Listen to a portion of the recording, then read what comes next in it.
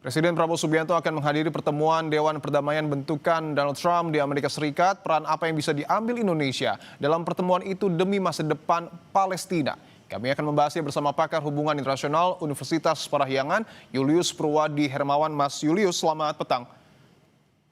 Selamat petang Mas Dipo, Mas Julius, saya ingin tanyakan langsung, bagaimana Anda membaca jalannya pertemuan perdana Board of Peace yang kemudian dihadiri oleh Presiden Prabowo Subianto nanti? Ya, ini akan menjadi saat yang sangat penting untuk Presiden Prabowo membuktikan bahwa benar Indonesia siap untuk memainkan peran yang vital. Peran vital itu seperti apa? Memastikan bahwa Board of Peace itu nanti tujuannya jelas untuk kemerdekaan Palestina, bukan untuk kepentingan yang lain. Nah, disitulah saya kira hal-hal yang harus ditunjukkan oleh Presiden kita.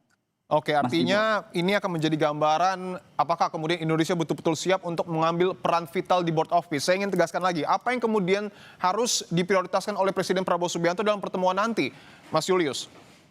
Ya, pertama saya harus melihat bahwa Board of Peace bekerja dalam ranah kerangka mandat PBB.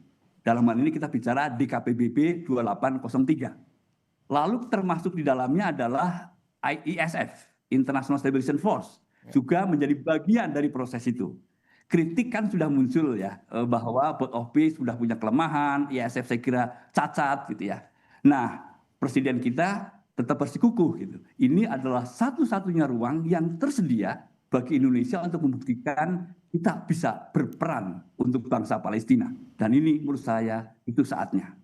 Jadi di dalam pertemuan itu gitu harusnya Pak Prabowo akan menyampaikan begini.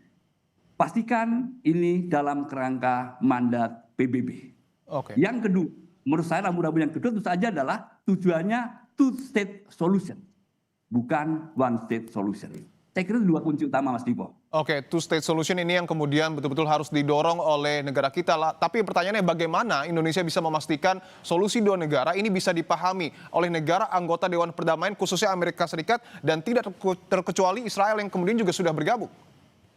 Ya, ada strategi menurut saya. Pertama, bertemulah dengan like-minded countries. Ingat, di situ ada Turki, ada Yordania, ada Arab Saudi. Mereka kan sebenarnya punya ide yang sama tentang bagaimana seharusnya kita bisa membangun perdamaian untuk orang-orang Palestina. Bertemulah dengan mereka, jangan bermain dengan individual. Saya nggak membayangkan seorang Presiden Prabowo bisa memenangkan negosiasi terkait dengan Board of Peace, terkait dengan pembentukan ISF kalau bermain sendiri. Mas Dipo, itu pandangan saya. Oke, apakah itu hal yang kemudian akan menjadi strategi utama menurut Anda yang kemudian akan digunakan oleh Presiden Prabowo Subianto atau mungkin ada opsi-opsi lain, Mas Julius? Ya, sayang kita tidak mendengar ya bahwa setelah dilakukan kajian yang mendalam sudah dirumuskan strategi yang holistik gitu ya.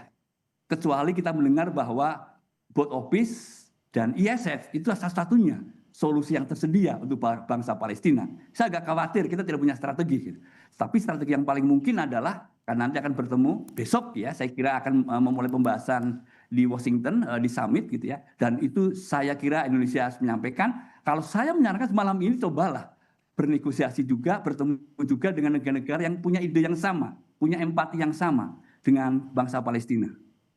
Oke, bahwa sebelumnya saya tidak bayangkan ada strategi yang lain gitu ya. Kecuali kita memanfaatkan pendekatan kita hubungan personal Presiden Prabowo dengan Presiden Trump.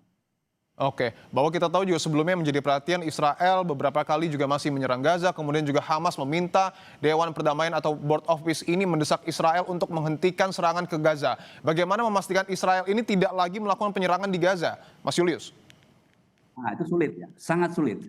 Karena selama ini negosiasi sudah berlangsung, ada kesepakatan dan tidak ada yang permanen. Itu sangat sulit. Sehingga saya pribadi sangat skeptis ya. Pengiriman pasukan Indonesia yang 8.000 gitu. Saya pernah sampaikan di dialog petang juga gitu. Itu akan mengubah situasi. Apalagi gitu ya kesan Indonesia terburu-buru ya mengirimkannya gitu. Nah, bayangan saya sebetulnya besok dengar dulu rencana dari Donald Trump, Presiden Amerika Serikat, Donald Trump sebagai chair dan Presiden Amerika Serikat sebagai anggota Board of Peace ini saya kira sangat unik gitu ya. Dengar dulu apa rencananya gitu ya. Baru kemudian kita bisa menyampaikan Indonesia bisa apa, komitmen apa yang Indonesia berikan. Posisi ini kurang lebih sama dengan Arab Saudi. Arab Saudi juga sudah menyampaikan sangat jelas, belum bisa berkomitmen sampai mendengar dengan gamblang terus terang benderang gitu apa rencana Presiden Donald Trump terkait dengan Board of Peace dan proses selanjutnya.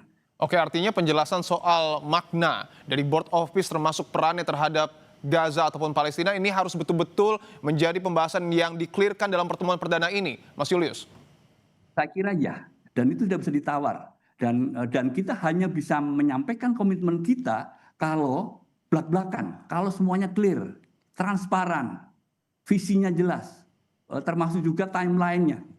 Menurut saya itu dulu gitu ya. Dan besok harusnya disepakati di situ. Gitu. Mas Dipo, saya sendiri jujur skeptis ya. Saya harus sampaikan juga, bisa nggak Indonesia menyampaikan itu gitu, meminta itu gitu, clearance sesuatu yang transparan dari Presiden Donald Trump untuk apa sih sebetulnya rencana yang yang akan dilakukan terkait dengan rekonstruksi di Gaza. Oke, di sisi lain juga Menlu sudah bertemu dengan wakil tetap Palestina untuk PBB. Anda membacanya seperti apa pertemuan ini? Ya, wakil Palestina sangat jelas bahwa semua proses perdamaian di Palestina, termasuk di Gaza, itu harus dalam mandat PBB. Itu clear sekali gitu.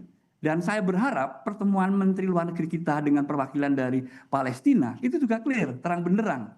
Dan seharusnya dengan saya, Pak Menteri juga mencatat dengan baik, lalu kemudian besok akan disampaikan oleh Presiden kita bahwa ayo kita bicara sesuai dengan track multilateralisme. Mandat harus jelas. Mas Dipo. Oke, artinya tidak hanya BOP tetapi juga melalui PBB, Indonesia masih terus bisa bersuara untuk kemudian menyatakan sikapnya untuk mendukung Palestina. Ya, sayangnya sekarang jalurnya kan terpisah ya. BOP itu sendiri, lalu kemudian PBB terpisah gitu.